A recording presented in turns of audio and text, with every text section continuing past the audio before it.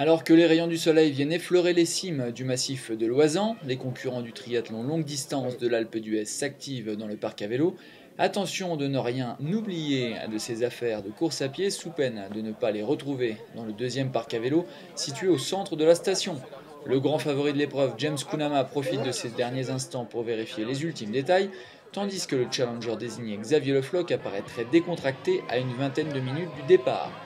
La mise à l'eau se fait doucement, la température de l'eau à 15 degrés y est certainement pour quelque chose, mais à 9h30, les 952 courageux sont lâchés dans les eaux bleues du lac de Vaujany pour un parcours long de 2,2 km.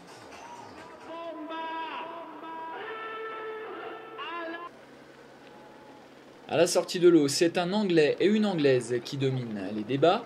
L'ancien pensionnaire de D1 Harry Wilshire emmène dans ses pieds Jodie Swallow, elle aussi habituée du circuit courte distance international. Derrière, le gros de la troupe est assez étiré, mais tout le monde pense déjà au parcours vélo dantesque qui va suivre, même si le début du parcours est très agréable sur les bords du lac. Dès la première ascension, un groupe d'hommes forts se forme avec l'Italien De Gasperi, le Dijonnais Gilles Reboul, James Kounama, Xavier Le Floch et le surprenant Damien Witt du Team Mermillot. Mais dans ce col de l'Alpe du Grand Serre, long de 14 km, c'est le jeune Bertrand Billard, 23 ans, qui fait le spectacle. Le tout récent 5e du championnat de France longue distance s'isole en tête avec 1 minute 15 d'avance. Dans la descente et la vallée suivante, l'avance du sociétaire de Poissy va commencer à réduire, suite au forcing de James Kounama, très à l'aise sur les parties roulantes du circuit. Il emmène avec lui l'Italien De Gasperi qui finira par exploser quelques kilomètres plus tard. Dans le col d'Ornon, long de 22 km, Kounama effectue la jonction au prix d'un bel effort régulier avant de porter l'estocade dans la descente. Le Sud-Africain a vraiment été à l'aise dans les parties techniques du parcours, malgré qu'il soit le seul équipé d'un vélo de contre-la-montre.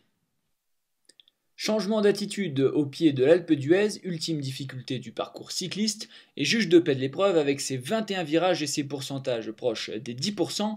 Petit coup d'œil en arrière pour voir où en est la concurrence, mais personne ne reviendra. Bertrand Billard, longtemps en tête, est victime d'une défaillance, il perdra près de 10 minutes dans la montée, et Xavier Le Floch est pointé à plus de 5 minutes.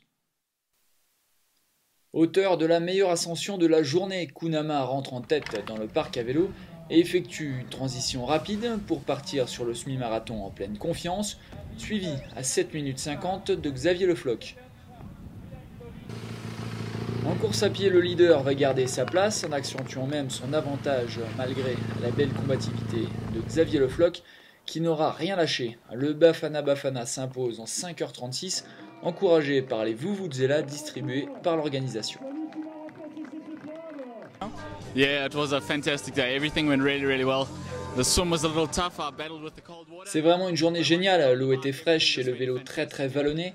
J'avais certainement un petit avantage avec mon vélo de contre-la-montre sur les parties roulantes et j'ai très bien monté l'Alpe. En course à pied, j'avais l'impression de voler. Je suis vraiment heureux d'avoir été fort aujourd'hui et de gagner ici. I was very happy with my day. Felt really strong. So very happy with the win here today. Xavier Le Floch est donc deuxième devant l'Américain Scott de Philippis.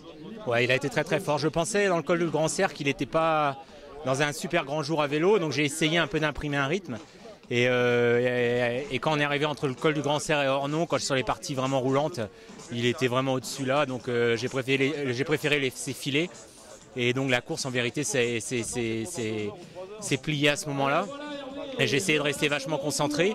Et en haut de l'Alpe d'Huez, je me suis retrouvé donc quand même à 7 minutes de James, donc c'était quasiment mission impossible pour revenir. Et comme il y avait des écarts derrière, ça m'a quand même permis de pouvoir gérer correctement la course à pied pour finir. Dans l'épreuve féminine, celle qui était sortie en tête de l'eau, la Britannique Jodie Swallow, n'a jamais été inquiétée. Elle a augmenté son avance au fil des kilomètres pour finalement s'imposer devant l'Australienne Rebecca Kitt et Stéphanie Renaud du club de Châteauroux. Une victoire de prestige pour celle qui a plutôt l'habitude d'évoluer sur le circuit Coupe du Monde. I thought it was really tough.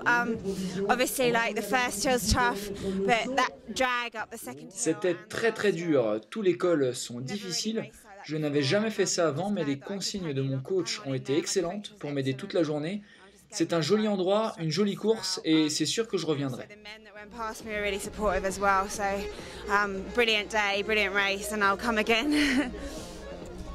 Rendez-vous jeudi pour le courte distance avec la présence de Marcel Zamora.